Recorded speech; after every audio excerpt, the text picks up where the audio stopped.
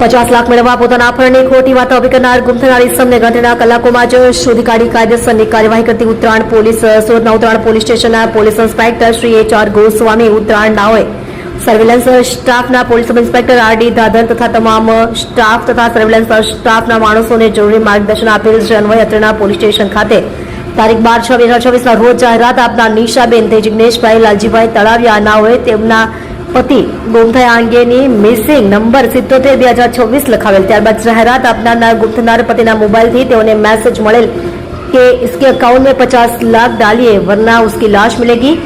इसका अगवा कर लिया गया है. अगर पुलिस में शिकायत की तो उसको मार डालेंगे. 3 दिन में नहीं डाला तो उसका कत्ल कर दिया जाएगा. इसकी लाश मिलेगी.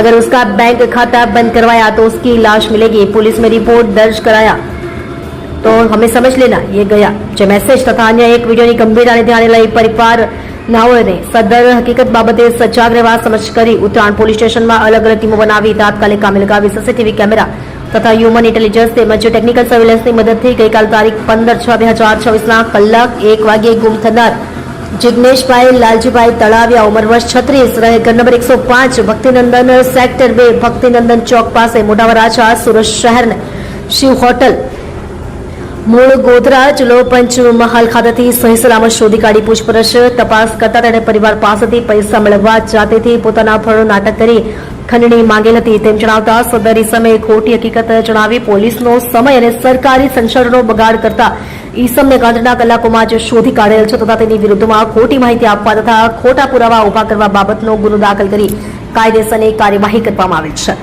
તમે જોઈ રહ્યા છો સૌથી પહેલા ન્યૂઝ આપનાર સેવા ન્યૂઝ ગુજરાત અજમલ જાદવની સાથે.